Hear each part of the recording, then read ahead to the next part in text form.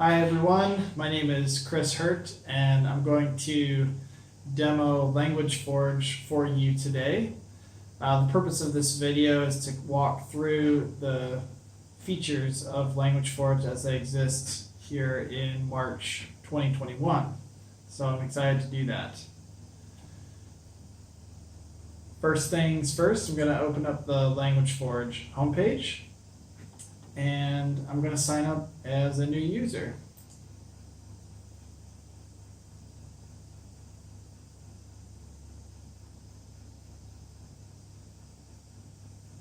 Okay, so there's the option to enter your name, email address, and a password to sign up, or you can sign in with Google. I'm going to go ahead and pick the sign in with Google option.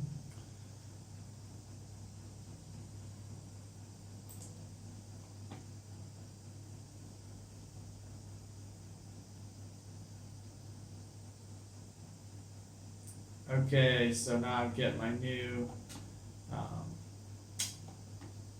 just confirm my details. It pulled these from Google, so just click sign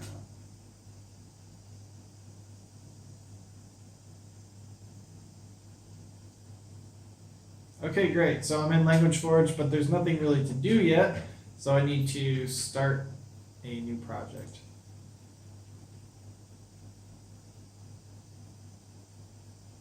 For this demo, I'm going to create a non-send receive project, and I'm going to upload some sample data that I have.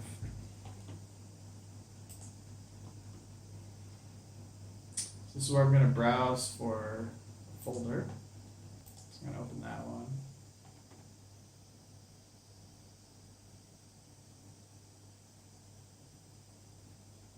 Okay, there's a little bit of a log output here showing things that it couldn't import, but mostly harmless. So click on this dictionary button to go to the dictionary. So now it's going to actually load up the dictionary for the first time. And it defaults to this list view showing all 64 entries. These are a bunch of a lot of different lexical relations here, which don't present themselves very well, but there you go. This is all test data. It's not real world data. So you can see any number of sample or test information. But quick look around the application. So here's create a new entry or new word plus. Click on that and it'll actually take me there to a brand new word. There's a filter, so I can start typing something and it will filter the list by what the search results are there. There's a few options for showing or filtering entries by maybe only ones that have comments, or ones that have example sentences, ones that have pictures, like this one, fancy cake, which I like to show off. There's the cake. And you can clear the filter just by clicking on show all here.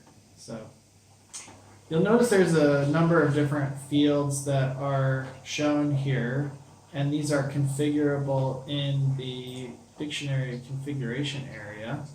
But just in case you're not seeing a field that you'd like to see, there is a show extra fields here, and this just enumerates all of the different fields that are available to be shown in Language Forge for this project. And you can,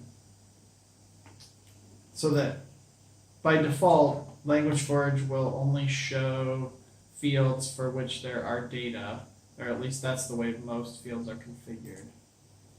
So if you'd like to add new data to some field that you don't use that often, you'll want to use the show extra fields.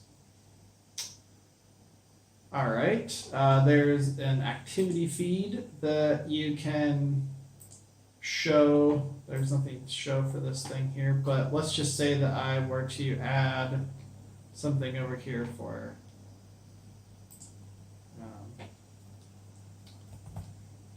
add English gloss to this. Save it here. I should see that there's been some activity on this now. Christopher has updated one field. I added cake to meaning one gloss today.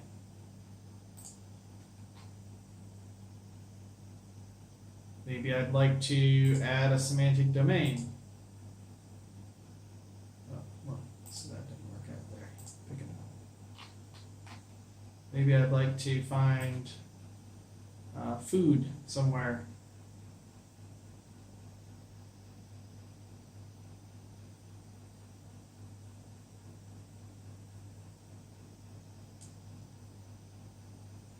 There you go. Food from fruit. I'll just go with 5.2 food.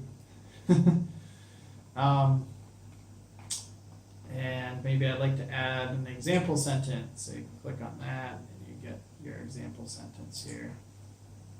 English. Chris was hungry, so he ate the cake. There we go. We should see our activity feed kind of filling out here with adding semantic domain and example sentence. So there you go. Looks like some empty activity there. Okay, here's a field that has audio. Let me try and play that. Hello, test. Okay, it's just a test audio file. Well, let's say I'd like to re-record that. I could record a replacement, upload a replacement. I can even delete this file here. I'll just delete that WAV file and I'll record a new one. Cake. Let's try. Cake. All right, check. Save that one in there. Same thing with adding a picture. You can drop an image file here, browse it, and I'll get saved. Okay, there's all sorts of things in this interface, like adding a comment. Like I could add a comment on this audio recording.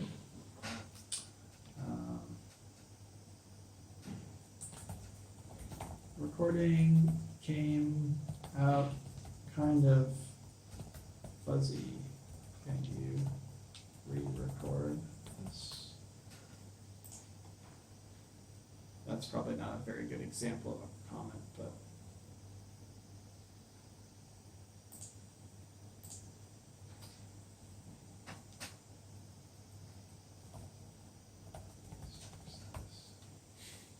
please fix this. There is a bit of workflow here. You can mark comments as to do by clicking on that thing.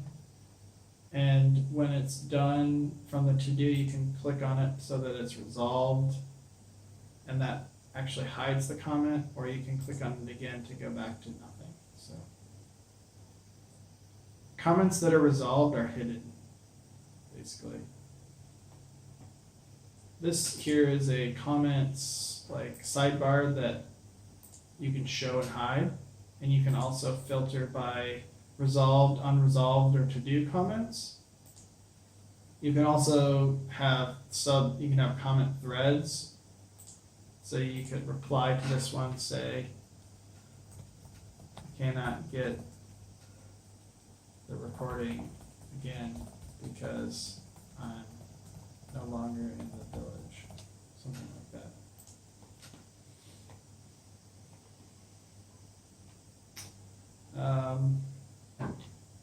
There's,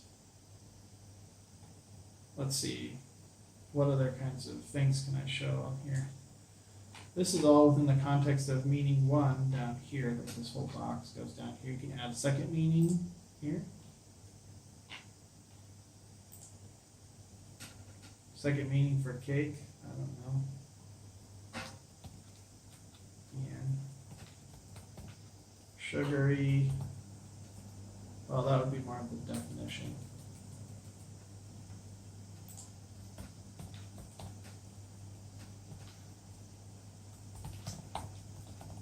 Flour-based sweet treat, something like that.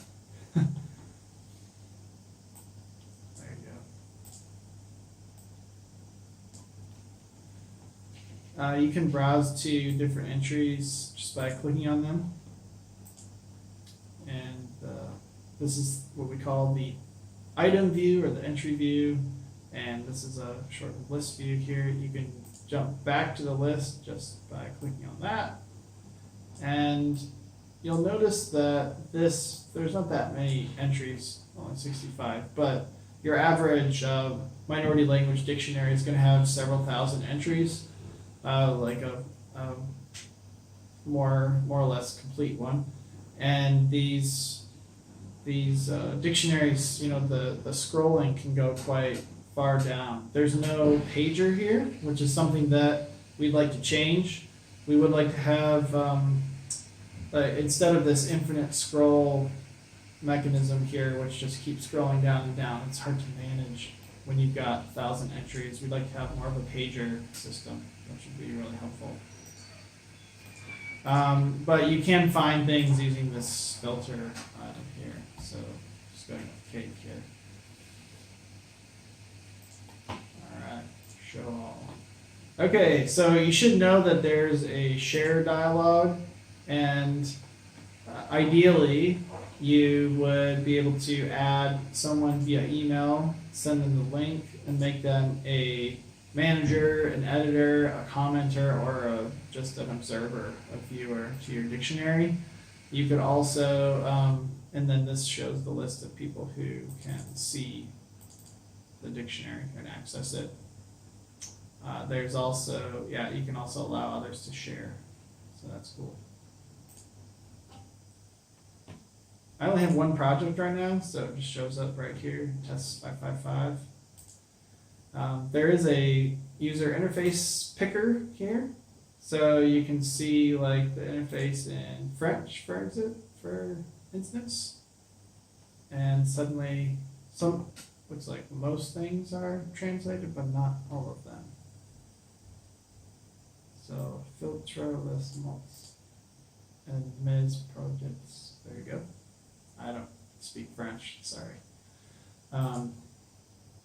But that's available up here. There's a limited selection. It looks like the semantic domains lists are dominating here, which is unfortunate. But there's a help menu here, which will take you links to some tutorials and our community page, and a link to email to issues@languageforge.org.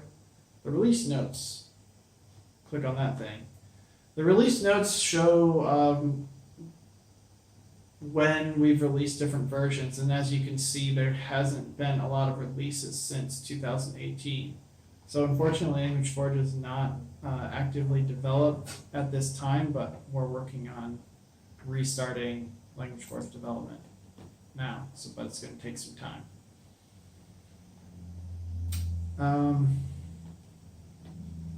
Kind of going back to the LanguageForge lexical editor application here.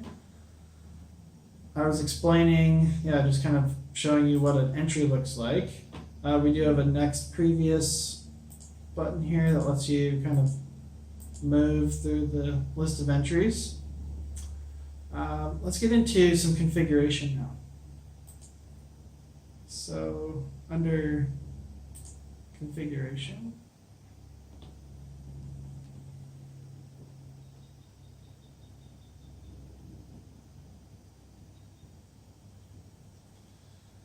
there's a rather ominous looking grid of configuration here for the all the different fields. This is the first tab here, fields.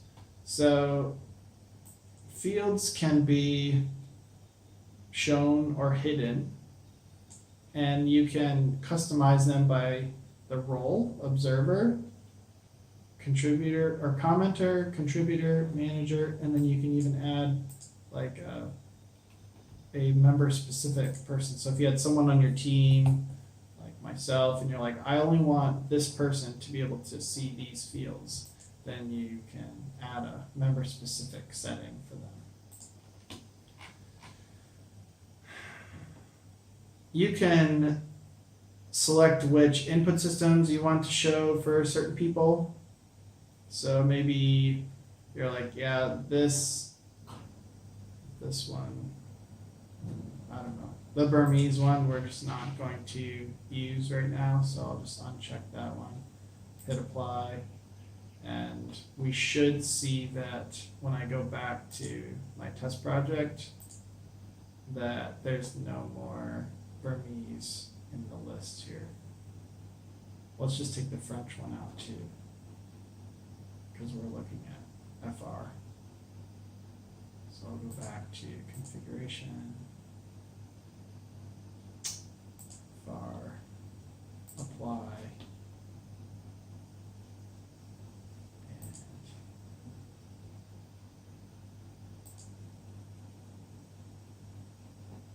there we go. So now there's no FR. So you might be wondering, what are these labels here that are cut off? This is what's called the writing system or input system tag, and it is defined in the input systems tab here. These are all the different languages that the dictionary knows about, and you can configure them here. There's not really that much to configure. Really, you're just looking at the abbreviation and specifying whether it's special in some way. LanguageForge doesn't do writing systems as well as Flex, so it has pretty rudimentary writing system support, but there you go. When you create a new one, you can customize it more fully. We have a bit of a language picker here. So French, there's FR, Cajun French, we'll add that one. And you can specify if it's a right to left language. The special is like whether it's a IPA transcription or if it's voice. So IPA gets you EDIC or EMIC and a variant customization. Then voice gets you the audio recording widget, so that's really important. And then script region and variant is the like super customizable for your minority language, specifying script and region and then their variant code. So there you go. Option lists. So LanguageForge comes populated with all sorts of lists, which can be, you can add to them here, or you can modify them. We don't sync lists back into Flex at this point. That's the way I remember it. Okay, so looking at this configuration a bit, hidden if empty. This means that this field, if there's no data for that entry in the field, then we're not going to show it by default. That doesn't mean you can't get to it, but you're going to have to use the show all fields or show empty fields. So let's take citation form on the entry. This is hidden if empty, and if I go to Maybe I'll just open this in a new tab. Where I can apply these.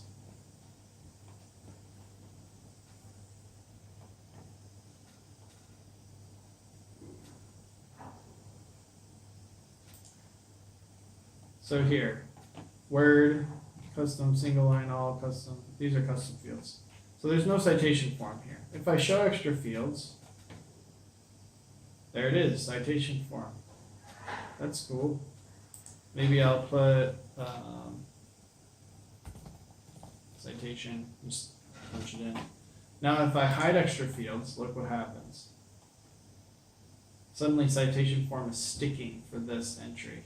If I go to the previous one, citation field is not there. By clicking over here, I can see citation form is showing up.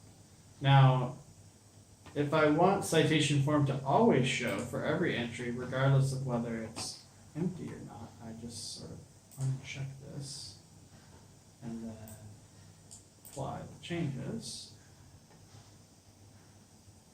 And then I'll refresh my tab so I can see.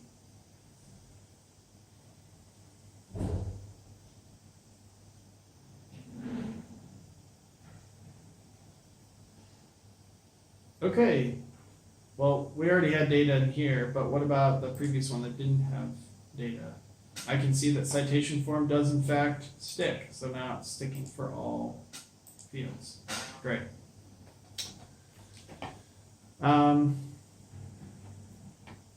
Let me go ahead and just show you around. This is really basic, but we do have a user profile, and the user profile has, you can change you can update your email address, you can even update your username, last login, apparently that's bogus.